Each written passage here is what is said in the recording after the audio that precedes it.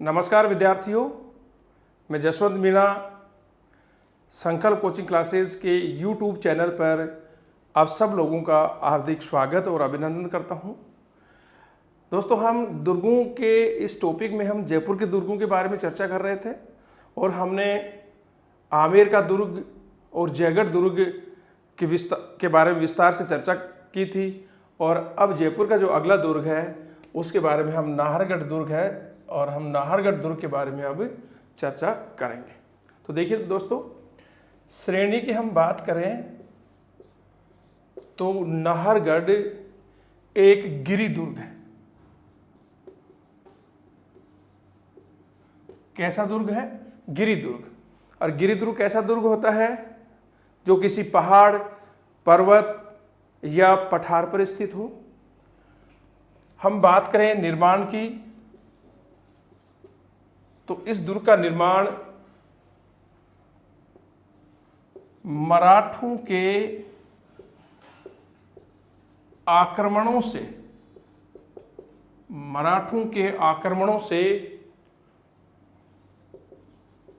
बचने के लिए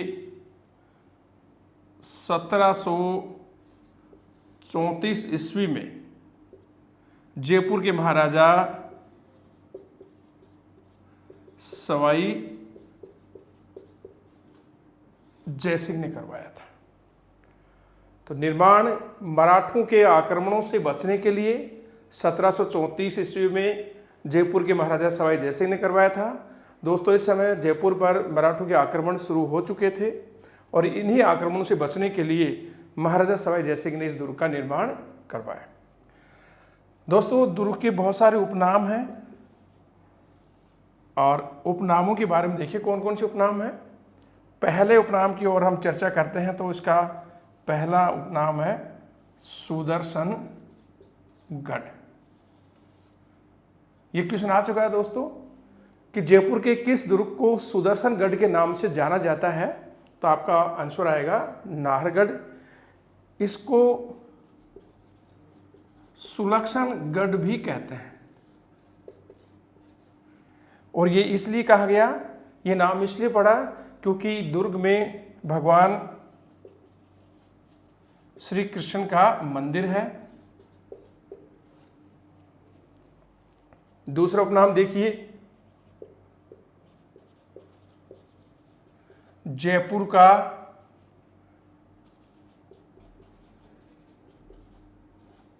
का ध्वज।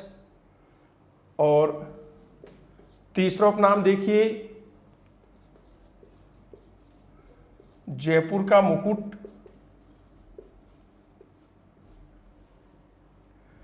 और चौथा उपनाम देखिए,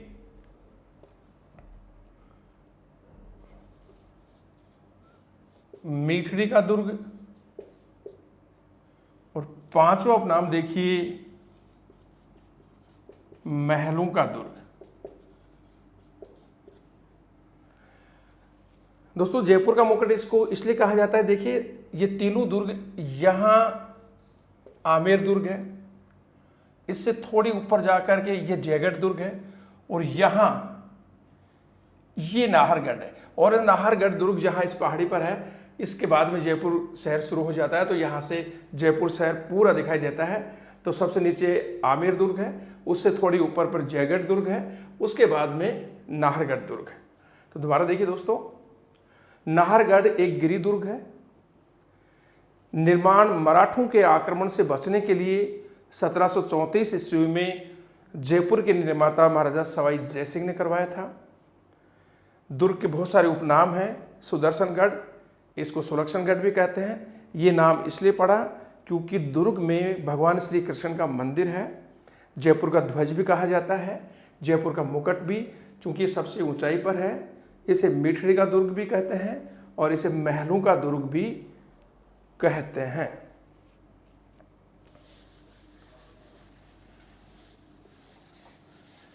दोस्तों, इसका नाहरगढ़ नाम स्थानीय लोक देवता नाहर सिंह के नाम पर पड़ा। देखिए, नाहरगढ़ नाम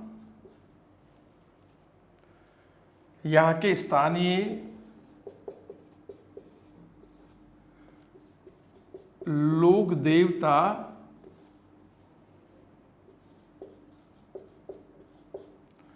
नाहरसिंह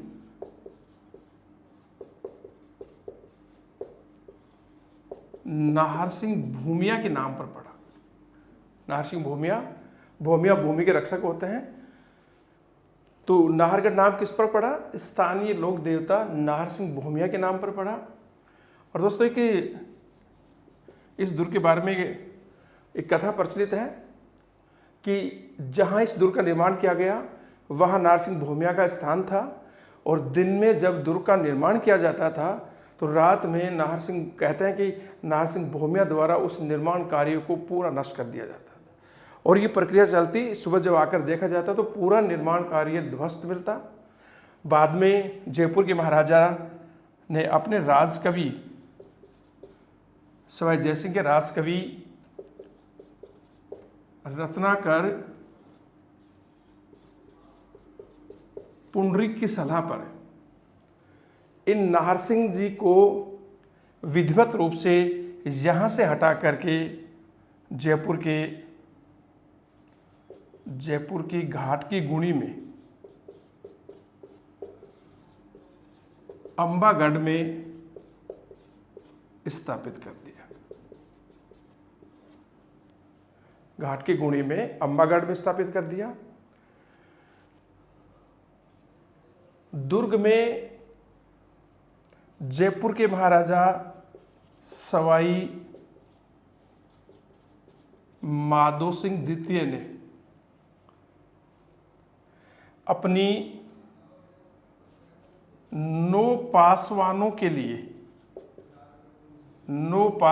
लिए एक जैसे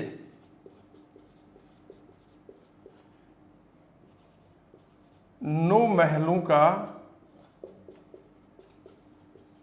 निर्माण कराया।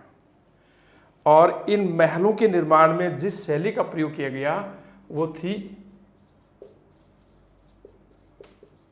विक्टोरिया शैली।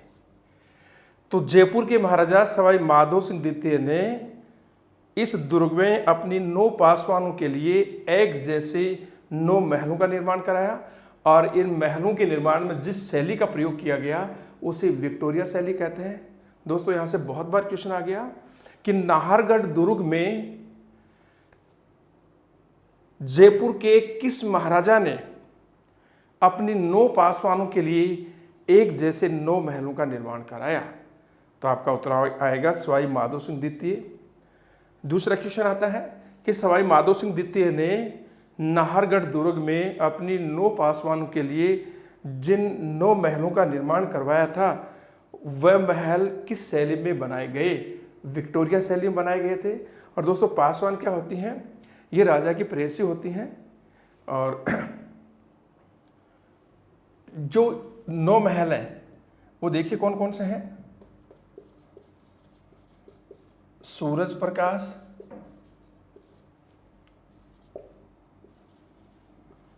खुशहाल प्रकाश,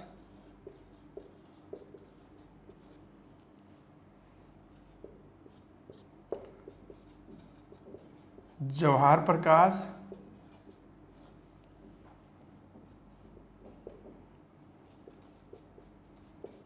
ललित प्रकाश,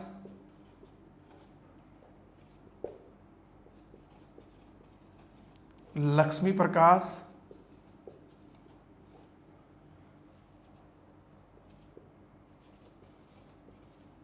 चंदन प्रकाश,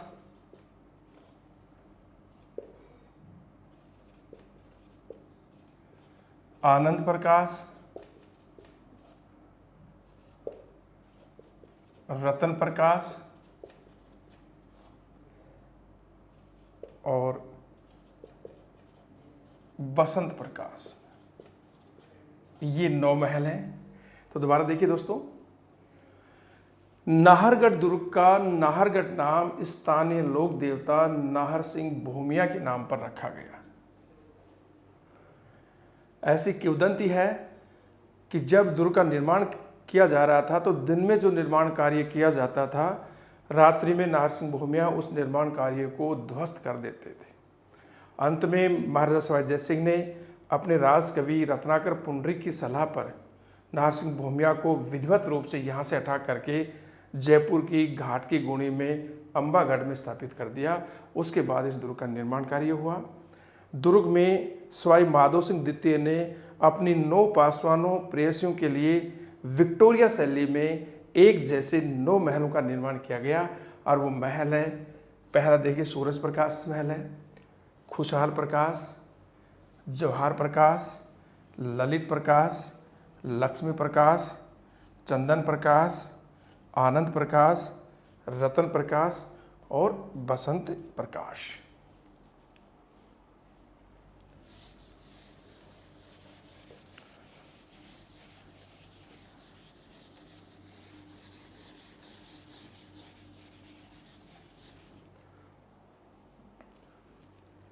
दुर्ग को वर्तमान स्वरूप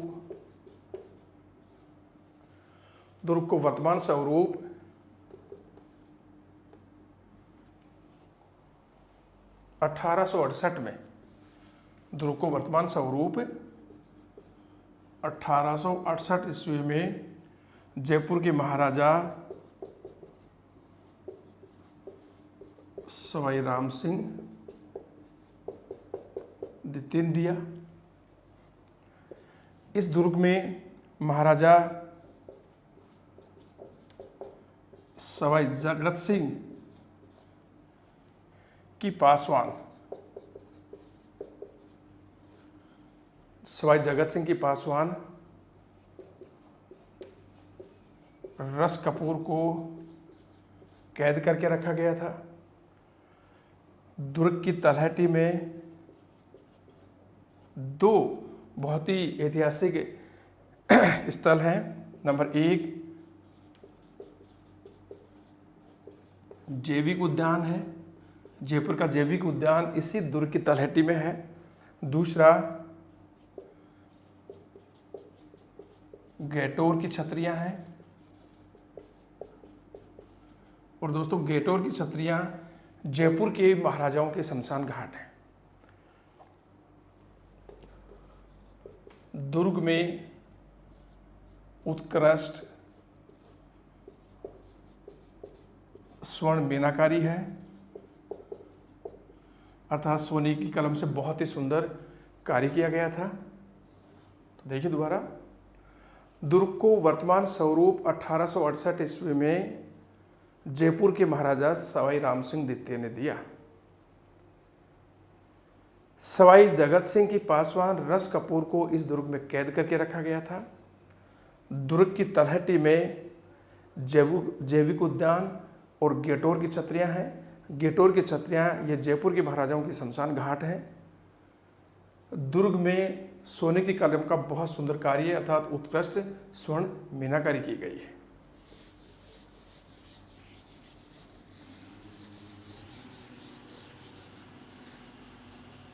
अगला दुर्ग देखिए दोस्तों,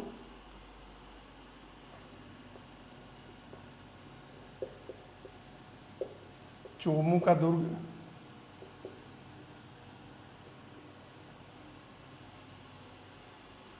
चोमू दोस्तों जयपुर जिले का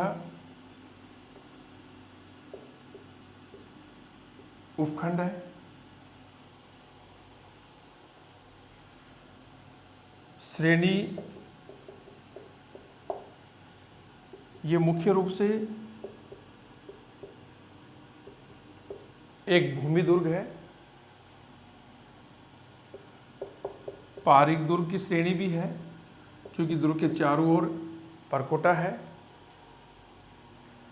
यदि हम निर्माण की बात करें तो दुर्ग का निर्माण 1595 से 97 ईस्वी के मध्य चोमू के ठाकुर करण सिंह ने कराया था।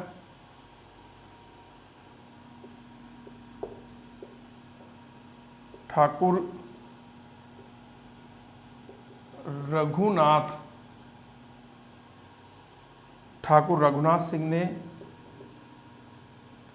इस दुर्ग का जीर्णोद्धार कराया, मरम्मत करवाई और इन्हीं के नाम पर इनका नाम, इस दुर्ग का नाम रघुनाथ गढ़ पड़ गया। इसके अलावा इस दुर्ग को सामंती दुर्ग भी कहते हैं, क्योंकि इसका निर्माण जयपुर के महाराजाओं के सामंतों ने करवाया था। इसके अलावा इसे धाराधार गढ़ भी कहते हैं और इसका एक अन्य नाम है चोमुआ गढ़। दोस्तों, वर्तमान में इस दुर्ग का प्रयोग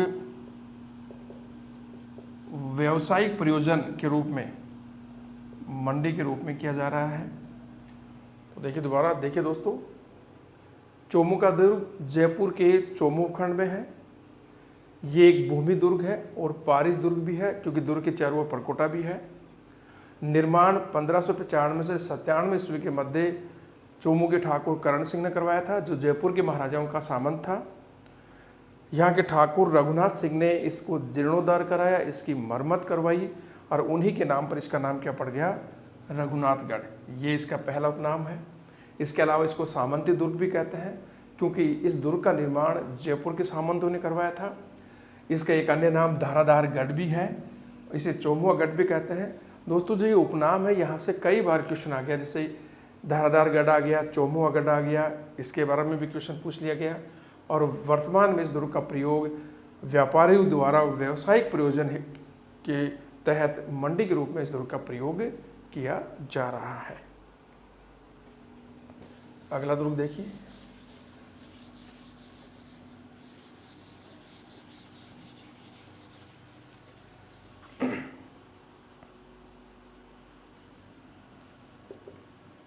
माधो राजपुरा का दुर्ग।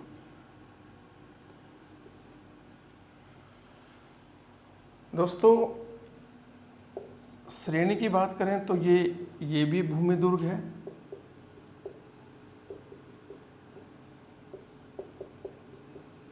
पारी दुर्ग भी है और यह दुर्ग जयपुर जिले की फागी तहसील के, कौन सी तहसील, फागी तहसील के, जयपुर जिले की फागी तहसील के माधो राजपुरा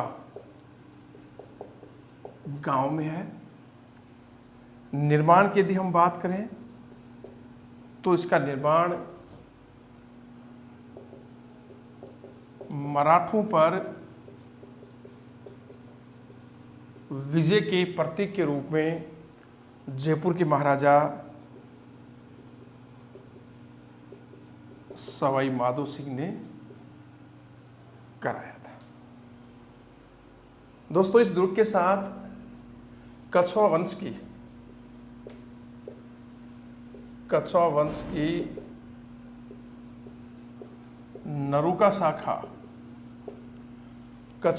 नरुका शाखा के वीर भरत सिंह नरुका की वीरता का बखान जुड़ा हुआ है, क्योंकि भगत सिंह नरुका ने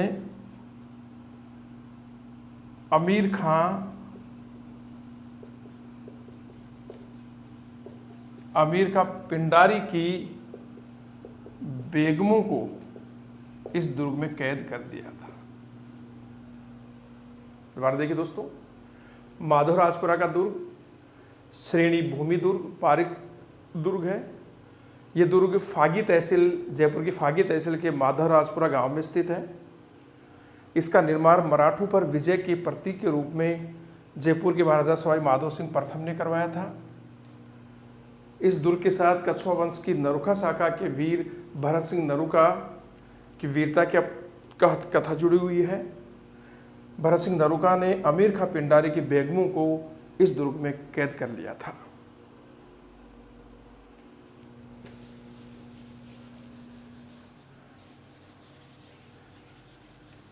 इसके अलावा जयपुर के जो और प्रमुख दुर्ग हैं, जैसे करणसर का दुर्ग,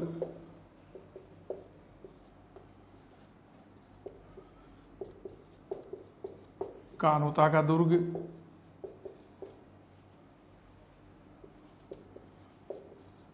नायला का दुर्ग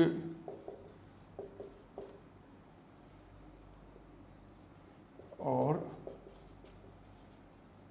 गोविंदगढ़, ये दुर्ग भी जयपुर के ही हैं। और मैंने जब दुर्गों का वर्गीकरण किया तो आपने बताया था, मैंने आपको बताया था कि राजस्थान में यदि किसी ज़िले की बात करें तो सबसे अधिक दुर्ग जयपुर ज़िले में है। नमस्कार दोस्तों, अगला दुर्ग लेकर के मैं आपके सामने पुनः हाजिर हूँ।